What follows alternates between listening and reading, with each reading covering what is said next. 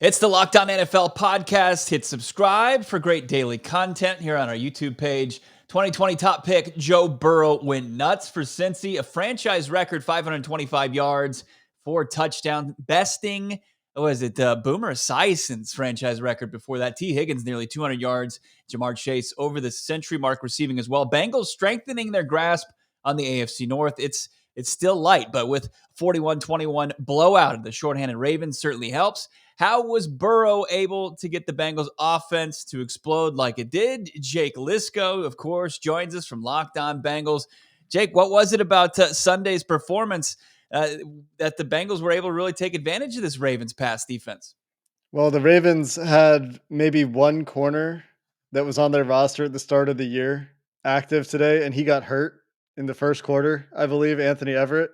And so it was very much a JV squad out there. I think 5 of the 6 players for the Ravens that were playing in the secondary when the Bengals were in nickel, which they were, or in 11 personnel for much of the game, they weren't guys that were either on the Ravens roster or expected to start. So starting there, the Ravens certainly very beat up. That being said, Joe Burrow was clinically accurate in this game. I think he made some fantastic plays off script and looked more like LSU Burrow than we've seen really from him all year. And I think that's been coming on the last few weeks, which is a lot of fun for Bengals fans. It's a lot of fun to watch.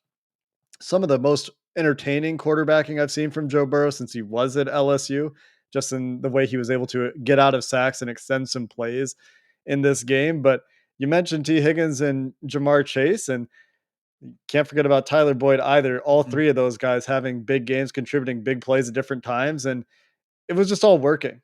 When you're as accurate and can make the reads and process as quickly as Burrow, and you're going against a truly street squad of corners, the only way the Ravens were going to stay in this game on defense is if they could get pressure quickly enough. And when they did get pressure, Burrow got rid of the ball quickly enough. And when they didn't, he punished the mistakes in the secondary to great effect. Yeah, it was kind of a perfect storm, as you said, trending that way and then going up against the right opponent. Unfortunately for the Ravens, that was them on Sunday.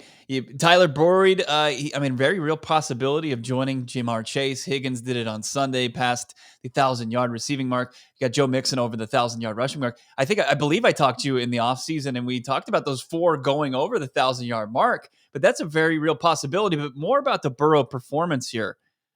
Did you envision him coming off the injury that he's coming off of, him having a day like this in the 2021 season?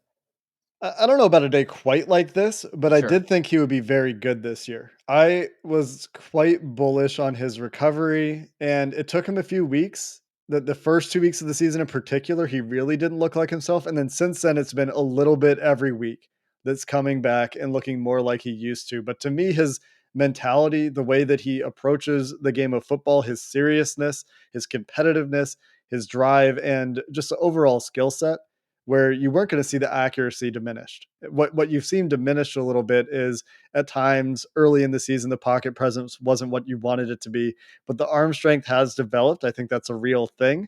I think that he's throwing the ball a little bit harder this year, and the accuracy has remained. And so when you put those things together and he gains more experience and has seen what NFL defenses want to throw at him, he just has the mind to be great. And I'm really excited to see how that continues to develop this year and in the future. Jake Liscow, Locked On Bengals here on the Locked On NFL podcast. Hendrickson on the other side. Trey Hendrickson on the other side of the ball. Another sack, 3 quarterback hits. How good has he been this season coming over as a free agent from New Orleans, and how instrumental is he to the success of this defense? Wildly has outpaced expectations, I Yeah. think, in terms of not just sacks, but definitely sacks, but also the consistent pressure productivity. The big flaw in his profile when you looked at what he did in New Orleans, when he was also very good, and it turns out to have just been the first year of a multi-year breakout, is the way that it appears right now, is that the pressure rate wasn't there. And it was easy to say, okay, he's getting cleanup sacks when you go watch the kinds of sacks he was getting. And there's still some of that. Every NFL pass rusher has some of that, where the strength of this Bengals team, I think, is more so in the secondary. And now they're fully healthy for, I think, the first time this year in this game, or maybe the second time this year. But with the secondary holding up in coverage, which they've done very well, and Lou Anarumo finding ways to rotate things late, run creepers to cause quarterbacks to hesitate, I think that's producing a lot of the sacks for this defensive line. But just as a unit, Trey Hendrickson is a creator as a pass rusher. He's the guy that's creating the havoc and finishing plays. And there's definitely some credit due to the interior for not letting quarterbacks escape up the middle. But Hendrickson has certainly exceeded expectations coming from New Orleans. Last question. Big game against the KC Chiefs next week.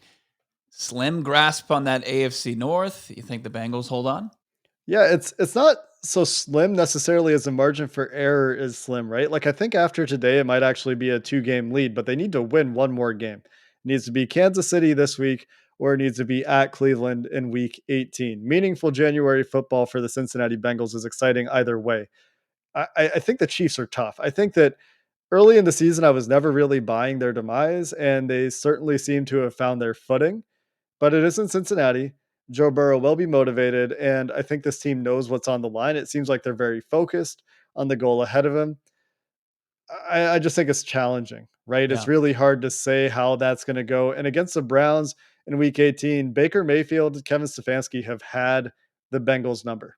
Baker Mayfield plays like a different quarterback against the Cincinnati Bengals. And some of that, a lot of that, I would say actually is game script. The way the games have gone have played to Baker Mayfield's strengths. If you get him into a drop back passing mode, he's not very good. We saw that this week. But if they can play in rhythm with the run game, use the play action and the boots that they like to use in Cleveland, then that is tough for the Bengals. So uh, it's a big we'll see.